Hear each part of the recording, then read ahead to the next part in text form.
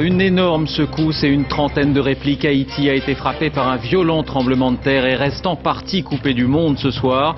Les premières images montrent des scènes de chaos, des bâtiments effondrés. 12 janvier 2010. La terre tremble en Haïti. Comme le monde entier, je suis choquée par ces images. En quelques minutes, 300 000 personnes perdent la vie. La capitale, Port-au-Prince, est complètement détruite. Ce que l'on ne sait pas encore, c'est que le sort s'acharnera à nouveau sur les Haïtiens. 6 mois plus tard, ils sont frappés par un autre fléau, plus silencieux, mais lui aussi meurtrier, une épidémie de choléra. Je m'appelle Faiza Guène et je suis romancière. L'ONG Solidarité Internationale m'a proposé d'aller voir de mes propres yeux comment les Haïtiens luttent aux côtés des humanitaires contre cette maladie. Et j'ai accepté de me lancer dans l'aventure.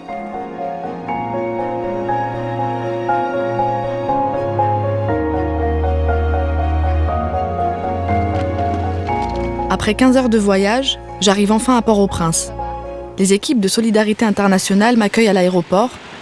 Je retrouve Camille, qui va me servir de guide. Comment ça va? Ça va Camille? Bien. Premier content d'être arrivé. C'est vrai. Tu vas bien?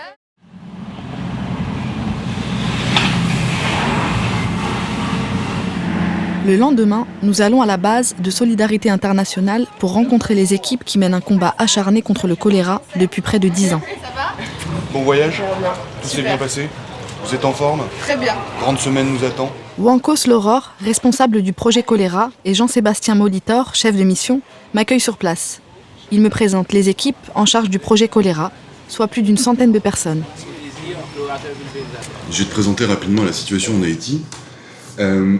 59... Les chiffres que m'annonce Jean-Sébastien me sidèrent. Près de 800 000 cas et plus de 10 000 morts pour une maladie qui se soigne pourtant très facilement si elle est prise en charge à temps. Je vais faire le lien avec une réponse à un tremblement de terre qui a été extrêmement compliqué, tu t'en doutes, 300 000 morts. Et quelques mois après, une maladie qui n'existait pas dans l'île, qui apparaît. Et là, on a une deuxième catastrophe à la suite sur le pays, à laquelle il faut qu'on s'adapte, où on est déjà en flux tendu en termes de réponse au tremblement de terre, et il faut déjà repasser une vitesse supérieure. Donc autant dire que le travail des humanitaires était extrêmement compliqué, difficile et éprouvant. Jean-Sébastien nous emmène sur le terrain, visiter un centre de traitement du choléra. Il est aujourd'hui beaucoup moins fréquenté que pendant le pic de l'épidémie. Il n'empêche, chaque cas est pris très au sérieux. Première phase du traitement ici, c'est la zone de triage. Triage, c'est le niveau d'urgence de la situation, c'est ça? C'est un peu ça, oui, exactement. On a un espace qui est carrément conséquent, mais on se souvient de les avoir vus remplis. Donc là, c'est le parcours, donc ils viennent d'ici, ils arrivent ici, ils ont une petite attente ici. Ensuite, on arrive à un point de désinfection à l'entrée de tout centre. Donc où tu te laves les mains avec une solution chlorée à 0,05% et bien évidemment nettoyage des pieds. Ça, c'est systématique.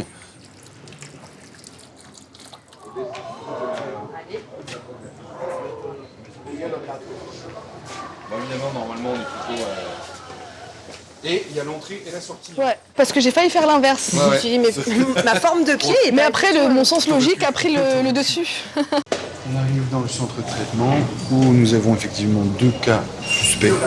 Je voudrais dans un premier temps te présenter Djamani, l'infirmière référente au centre médical, et Lubin, notre Bonjour. agent sentinelle. Et Lubin, par exemple, toi, tu te charges de prévenir quand il y a un cas pour aller, qui commence leur enquête et savoir en fait où ça se passe et comment prendre en charge? Dès que le cas arrive, je suis là pour retracer l'ensemble des informations, pouvant amener l'équipe travaillant sur le terrain direct chez le patient. Et pour aller donc chez les personnes, voir ce qui s'y passe, désinfection domiciliaire. Comment tu fais pour savoir le degré de sévérité? Par quoi on voit le degré de sévérité? On commence à travers le registre. Voilà le registre. C'est dans ce registre que l'infirmière met l'ensemble des informations. Vous voyez? D'accord. Il y a le nom, il y a Les l'âge, informations. commune, section ou informations complémentaires pouvant amener l'équipe chez le patient, localité, numéro de téléphone. Et là, on a la définition. Est-ce que c'est une personne, c'est un cas suspect du choléra ou est-ce que c'est une personne qui a seulement la diarrhée? Et là, on met est-ce qu'on a fait des prélèvements pour tester le cas. Si c'est un cas positif, on met cas suspect. D'accord. Il faut savoir qu'il faut, comme on en parlait tout à l'heure, passer au laboratoire avant, et c'est là où on va avant pouvoir... de dire oui directement que ce cas certifie que c'est un cas du choléra. Extrêmement important. D'accord. Voilà, par exemple. Là, on arrive juste sur les zones de traitement où là, on avait des fameux lits choléra avec la perfusion automatiquement. Ça, c'est... En fait, quand tu vois le truc, t'imagines, quoi. Non, mais d'ailleurs, en vrai, c'est glaçant. Parce que c'est des espaces là, qui sont vides aujourd'hui. Mais j'imagine, au moment de l'épidémie, des endroits comme ça, pleins de gens malades dans ces conditions-là, en fait. C'est-à-dire qu'ils sont en train de se vider littéralement. Ça doit être... C'est ça. Ouais. C'était exactement ça. Du coup, tu vois, ça prend une autre dimension. Parce que tu m'as dit qu'on pouvait mourir du choléra en 3 heures. Bah, le fait de voir ça, tu vois, je trouve que c'est plus... J'arrive mieux à l'assimiler.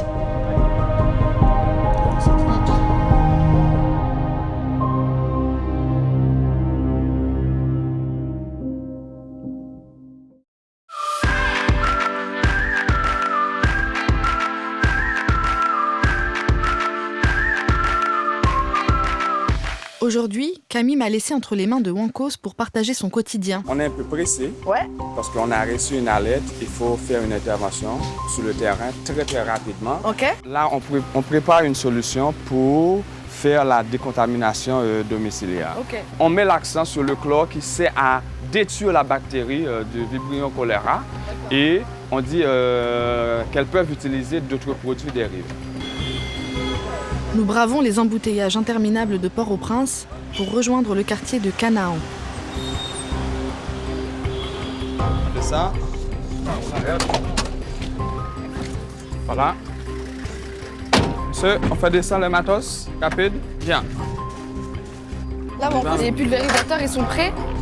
Tout est prêt pour la... Non, tout est prêt. On a tout tout préparé parce que là, il faut agir très, très, très vite et pour éviter qu'il y a d'autres contaminations possibles. Donc là, c'est avec le chlore, on décontamine toutes les zones susceptibles de contact. Bon, là, les gens, ils peuvent pas sentir, mais ça sent la piscine municipale. C'est bien fort. Ouais. Ce travail de décontamination-là, on le fait non seulement dans la maison, mais on le fait dans le voisinage aussi. Je vais essayer. Voilà, mais ça n'a pas l'air difficile. C'est pas difficile, mais il faut que tu aies... Faut que tu me montres aussi où je dois pulvériser, en fait. Pour pas que eh bien là, partout où personne ne peut toucher. Tu vois, sur Polissin, ça fait un peu genre héros, ça fait un peu le guerrier, l'exterminateur de maladies. Sur moi, ça va faire la ménagère dans la cuisine, tu vas voir. Non. Tu vas voir, dès que je vais mettre le tablier. Plutôt une héroïne, je suppose. Hein. Bon, c'est un peu léger ça, parce que c'est juste pour protéger un peu les vêtements. Des lunettes. Des lunettes, parce que il faut éviter aussi... contact avec les yeux. Voilà. Ok. Voilà, c'est corrosif. Ah, c'est lourd. Lourd. Est-ce que tu vas pouvoir tenir? Je sais pas. J'ai de la force, hein. Tu me sous-estimes en plus. Ah non, pas du tout. Comme ça? Ouais. Tu vas là sur la douche. Ok. Sur les murs aussi? Oui, là où on peut toucher. Ça va marcher. Bon, est-ce que je suis un bon exterminateur? Super. Voilà. Malgré un nombre de cas de choléra de plus en plus faible, la vigilance reste de mise. Wankos me fait rencontrer un homme dont toute la famille a été touchée par l'épidémie. Bonjour. Bonjour. Faïza. Sa femme a été hospitalisée dans une église. On lui a demandé d'imposer la main.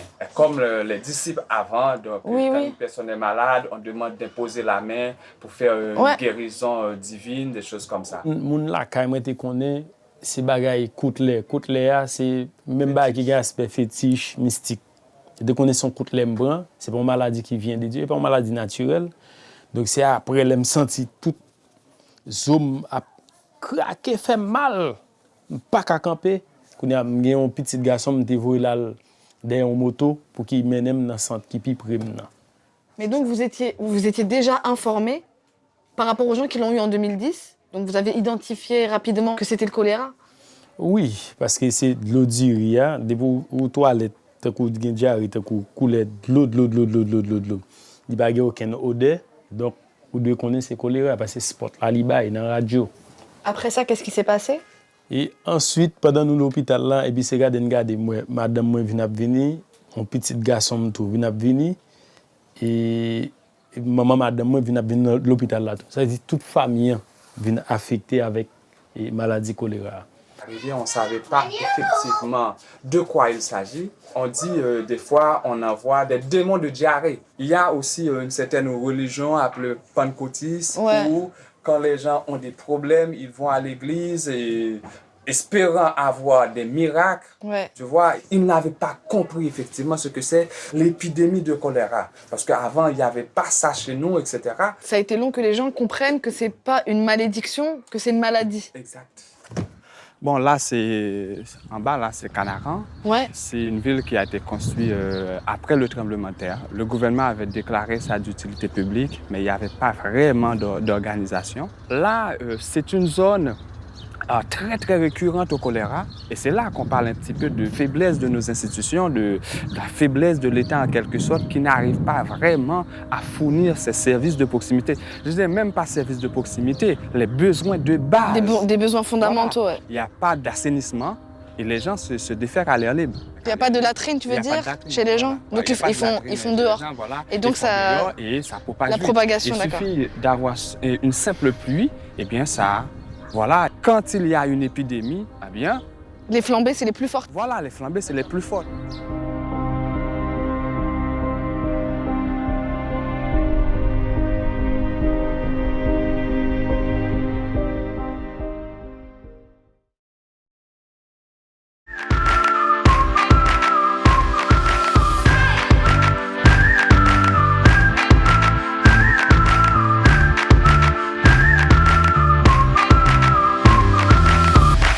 Ce matin, nous partons à l'aube de Port-au-Prince pour rejoindre Wanko sur un marché dans les montagnes, accessible uniquement par des pistes très accidentées. Jusqu'ici, ouais. Pas mal. Effectivement, c'est pas facile, le problème d'accès, on le sait. Sur le marché, le risque de contamination est très élevé. Regardez par exemple des lots de mangue, il suffit d'une main contaminée et touche.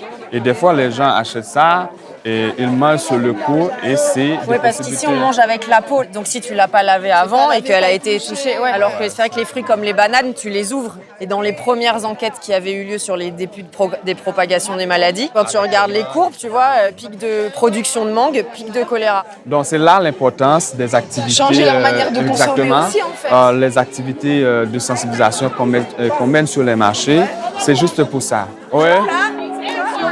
Cocoé. Non, ça je connais. Oignon, je connais. C'est des bananes, ça. Non, c'est betterave, voilà. Il fallait pas lui dire, on attendait qu'il dise. Parce que depuis tout à l'heure, il dit n'importe quoi. C'est des bananes. Là, la dame, elle vend du savon. Voilà, il vend du savon. Ces savons-là, on peut les utiliser aussi pour se laver les mains, etc. Maman, comment on vend le savon? Ça se vend à 25 goudes. Pour avoir une idée, justement, on parlait tout à l'heure du salaire minimum. Oui, le salaire minimum, c'est à 300 goudes. Donc, à chaque fois, tu as besoin de 25 goudes pour acheter un bac de savon. Merci. D'accord. Tu vois, encourager les gens à se laver les mains et faire de la prévention comme ça et tout. Et en fait, t'as le savon qui a un prix exorbitant finalement. Donc comment tu gères ça? On a des activités de formation pour apprendre aux gens à faire leur savon artisanal. Voilà, okay. On faisait des formations de groupements de femmes pour faire le savon liquide. Fabriquer le savon. Savon, le chlore. Je suppose qu'entre acheter à manger, acheter du savon et à un moment donné... Aussi avec l'impact du choléra, les gens ont vu mourir les gens de leur famille. C'est ça. Les gens ont aussi considéré que c'est une question de survie.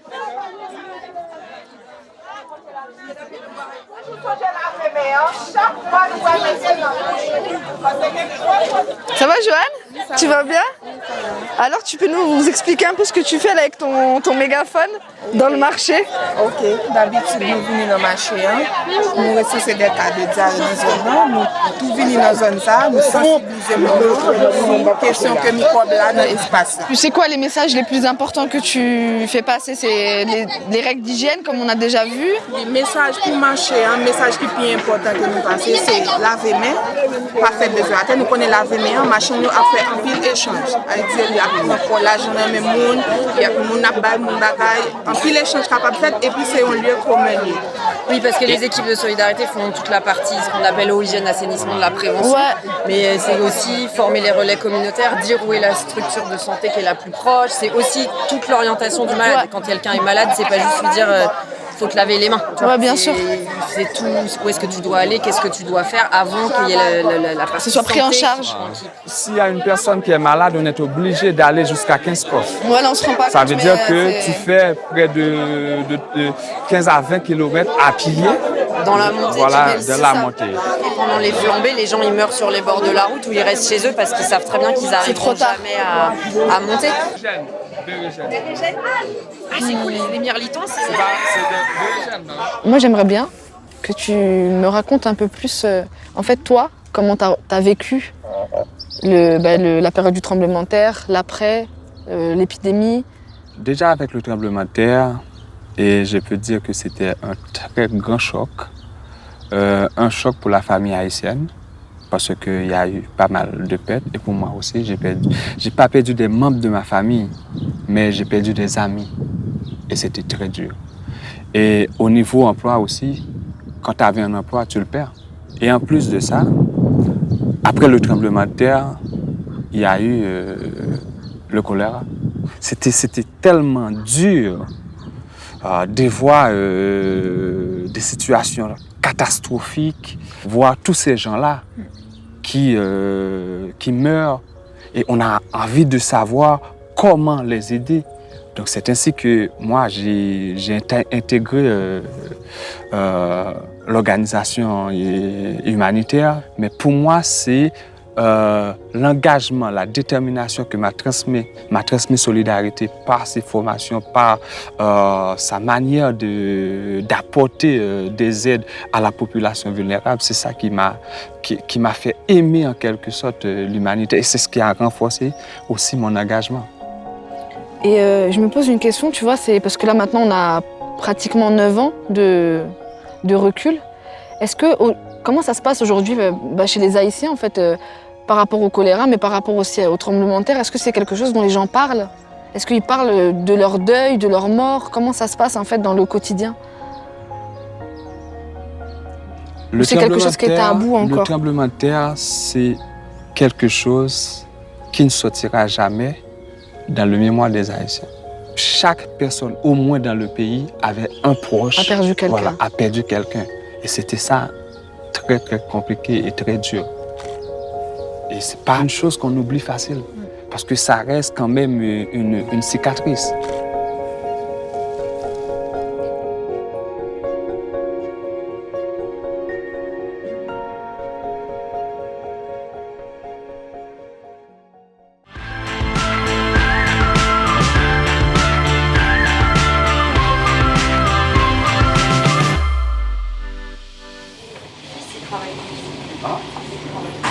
Le lendemain matin, nous suivons Wankos qui nous emmène dans l'école de Kenskoff, un village situé dans les montagnes.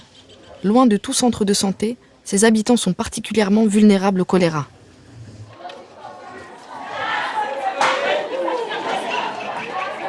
Ici, les enfants sont sensibilisés dès le plus jeune âge à la prévention de la maladie.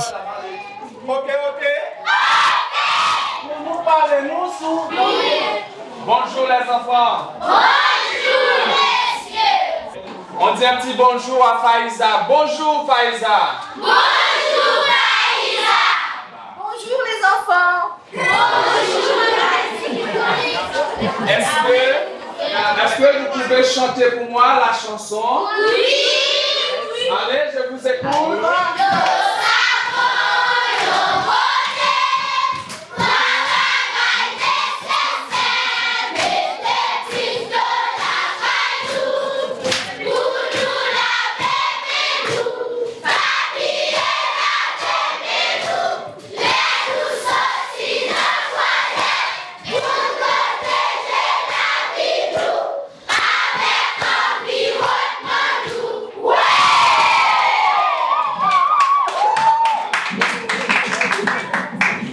Et c'est pour ça aussi qu'on mène ces activités de sensibilisation pour dire aux enfants, eh bien, voici comment il faut faire, comment se prévenir du choléra et les aider aussi par des chansons très faciles à transmettre le message chez eux et comme ça, il n'y aura plus le choléra.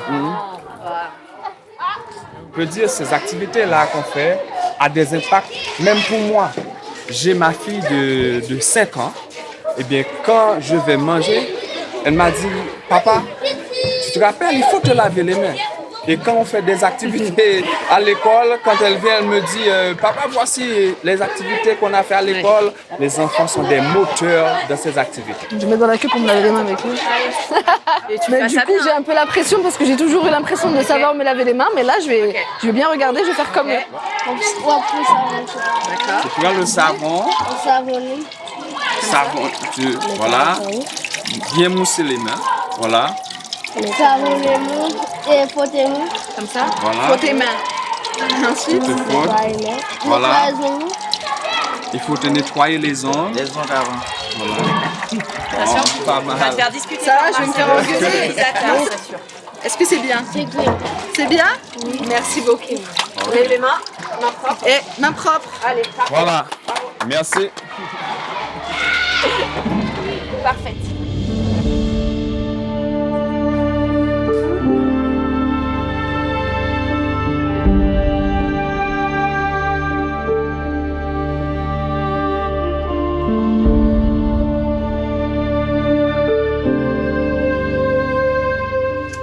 De retour à la base, je partage un repas avec une partie de l'équipe et je découvre progressivement le quotidien des humanitaires de solidarité internationale. Tu as déjà visité d'autres projets du type humanitaire? Comme ça, non. C'est la première fois. Ouais. C'est pour ça que je vous ai dit depuis le début, j'avais dit à Camille, je vous préviens, je vais poser des questions stupides, ne me jugez pas. Je vais poser plein de questions bêtes. Ouais. Parce qu'en plus, on est vite pris dans notre jargon, on est vite pris dans nos explications sans faire des liens qui paraissent tellement évidents pour nous parce que, bah voilà, on vit dedans. Et du coup, en fait, c'est incompréhensible. Tu sais, ça va même plus loin, moi, quand je rentre. Pourtant, ça fait quand même quelques années. Mais en fait, j'en parle plus. Bon, ma famille, mes très proches amis, évidemment, ils savent très bien ce qu'on fait, mais... Enfin, non, ils savent pas très bien ce qu'on fait, mais j'en parle plus, en fait. Et évidemment, au bout de 20 ans dans le milieu, tes très proches font le même boulot que toi aussi, forcément. Bah, c'est compliqué de raconter ce que tu vis et puis t'accroches les gens 10-15 minutes et après c'est tellement éloigné de leur quotidien, de ce qu'ils connaissent.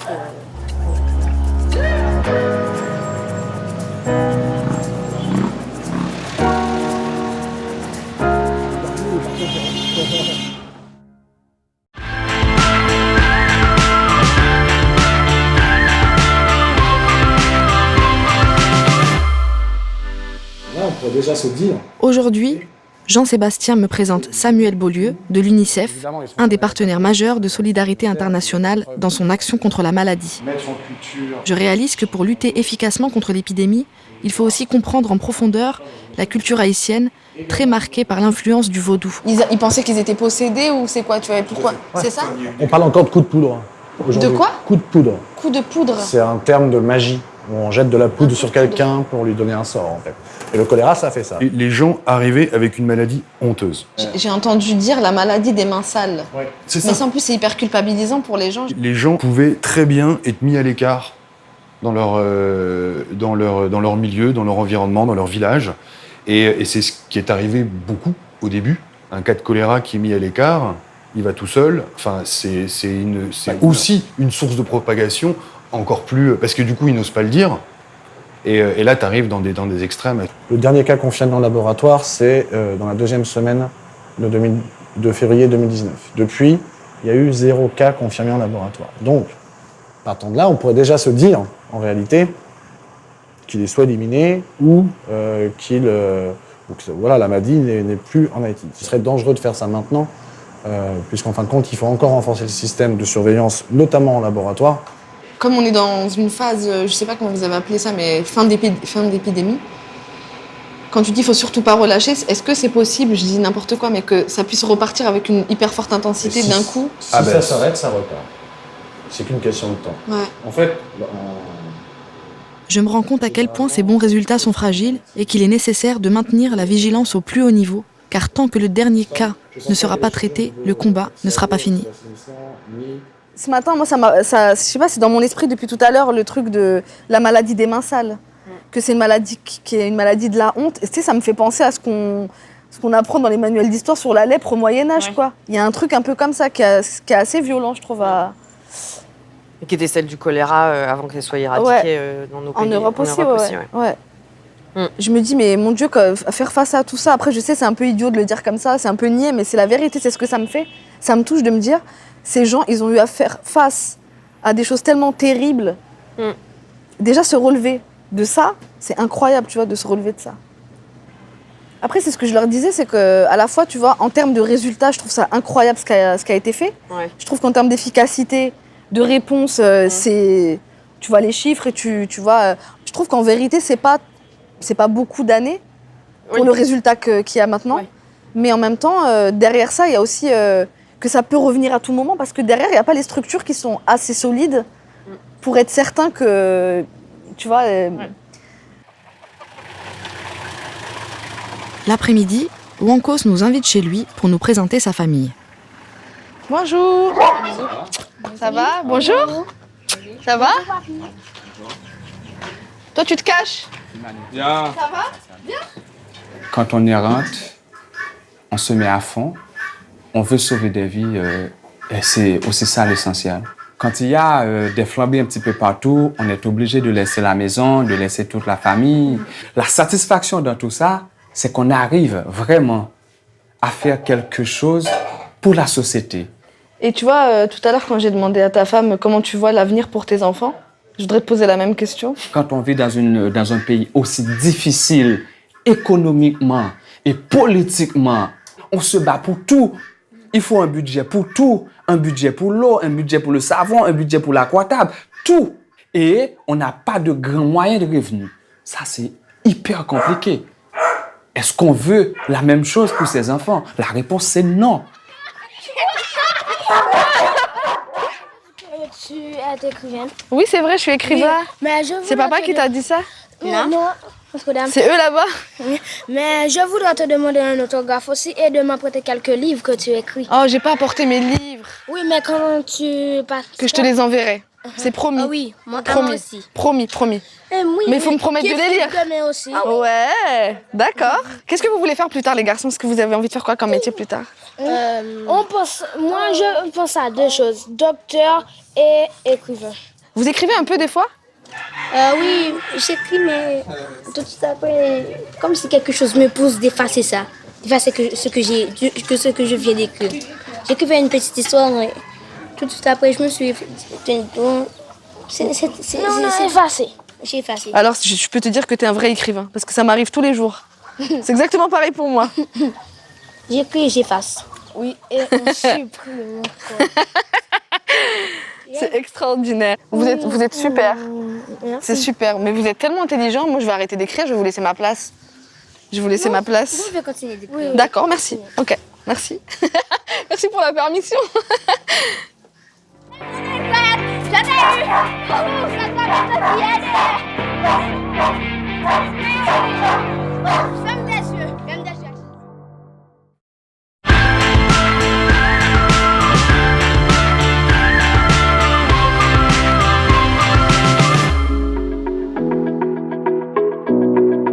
Pour mon dernier jour, l'équipe a voulu me faire une surprise et m'emmène dans un endroit loin de Port-au-Prince. Après 3h30 de voiture, nous embarquons sur un petit bateau pour une destination inconnue.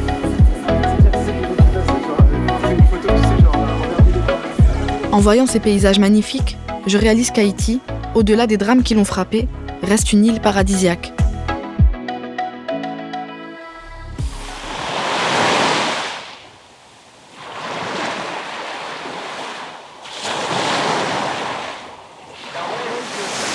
Vous allez bien? Vous venez de rentrer, c'est ça, de la pêche? Oui. Vous savez pêcher? Oui, de pêcher. Pêcher dans toute la zone ici? Oui, toute zone canal, tout canal avec ça. Avec ça, ça fait flot. C'est pour que les gros poissons là où jouent. Est-ce que les touristes viennent là, ça compte faire nous faire plus comme ou pas? Bon, et pour les touristes comme comme d'adou, monsieur comme avancé. Mais quand il y a depuis ONG allé, il y a des babottes qui sont Je trouvais que ça les aide quand même à avoir un peu plus de revenus. Bonne Merci. Travaillez bien. Plaisir. Merci, monsieur. Pour te dire que Haïti, c'est pas seulement le choléra, mais il y a aussi de très beaux paysages. Il y a là où il fait bon vivre aussi. Hein. Là, c'est un peu la carte postale, tu vois, parce que c'est vraiment magnifique, c'est des paysages sublimes. Et en même temps, ça me fait drôle, tu vois, je trouve qu'il y a un paradoxe énorme entre un pays qui a un potentiel magnifique et la réalité de la vie des gens, en fait, au quotidien. Tu vois, il y a quand même un écart entre ce qu'on a visité et là, quoi. Donc, le jour où toutes les conditions seront réunies, où il n'y a plus de choléra, il n'y a plus de problèmes de sécurité, eh bien, beaucoup de personnes, beaucoup d'étrangers peuvent venir faire un peu de tourisme, visiter nos plages. Donc, Faiza, ouais. Ça fait une petite semaine que tu es parmi nous. Ouais. Bah nous, on a une simple question, c'est un peu te demander ton ressenti. Je vous le dis vraiment parce que je le pense, je trouve que c'est un boulot incroyable que vous avez fait. T'arrives, t'en as toujours l'image de l'humanitaire qui arrive avec son sac de riz sur l'épaule et qui distribue à manger aux gens et que c'est cool et qu'on l'accueille comme un peu un prophète, quoi. En fait, c'est pas une évidence, le sauveur, tu vois, c'est vraiment pas ça l'histoire, quoi. Non, ouais. Absolument. T'arrives, t'apportes des choses, tu vois du résultat, et à un moment, c'est comme s'il y a un plafond invisible, tu vois, c'est ça mon sentiment. Parce qu'on pourra jamais se substituer à un État. Vous êtes limité à cet endroit-là, tu vois, que tu sais que tu pourrais aller plus loin, tu sais que tu pourrais faire plus, et que tu peux pas, quoi. Ouais. Quand on pense à un humanitaire, on pense pas à un père de famille avec des enfants. Tu vois, on pense à un jeune de 22 ans qui part avec un sac à dos et un pantalon bouffant à l'autre bout du monde. Ben, c'est ce que j'ai fait quand j'en avais 19. Okay. Tu te sacrifies, t'as plus ton confort, etc. Moi, j'ai un autre confort qui me convient parfaitement. Et moi, c'est quelque chose qui te redynamise à chaque fois. Et c'est pas le fait de changer, c'est le fait de découvrir de plus en plus, en profondeur, un nouveau contexte, une nouvelle culture, et ça te donne une espèce d'énergie, mais ça c'est extraordinaire. Du coup tu vieillis pas, et ça c'est bon. Nous quittons ce lieu magique, direction Port-au-Prince. C'est la fin du séjour et c'est le moment de faire mes adieux à l'équipe. Ça va faire tout drôle de rentrer en fait. Ouais. Je me suis vraiment habituée, je serais bien restée un petit peu plus. Bah oui, t'appréhendes pas trop. Bon, pour l'instant, non. T'as la tête dans les Bougainvilliers, on a déjà dit. J'ai encore la tête dans les Bougainvilliers, mais je vais retrouver ma petite fille, donc c'est très bien. Cool. Ouais. Elle va te poser plein de questions, t'auras plein de photos à lui montrer. Ouais. Je vais lui apprendre une phrase en créole. Je vais lui dire, répète après moi. Moins dit, bonjour l'hygiène, bye bye choléra. Oh, magnifique. Voilà, c'est bien, non? Ah oui, on est hyper fiers, on est hyper contents. Bon, merci beaucoup Camille encore. Merci beaucoup. Merci à toi. Merci pour ton regard, merci pour l'énergie pour les équipes. Et puis bon courage pour les 7 heures d'escale. Ouais, grave, à Pointe-à-Pitre. À Pointe-à-Pitre. Merci beaucoup. On se voit très bien. Je vous remercie. Non, un grand merci à toi, c'était un plaisir de te recevoir. C'était génial. Wankos. C'était un plaisir. Allez, prenez soin de vous. Merci encore. Fais un bon voyage, ouais. Tiens-nous au courant. Ouais. T'es la bienvenue chez nous quand tu veux. Je reviendrai avec grand plaisir. Laisse-moi t'ouvrir la porte, s'il te plaît. Allez. Merci. Je remercie Wankos et Jean-Sébastien, avec qui j'ai partagé des moments intenses. Je quitte la mission très émue, et je prie pour que les Haïtiens soient bientôt libérés du choléra et qu'ils retrouvent foi en l'avenir.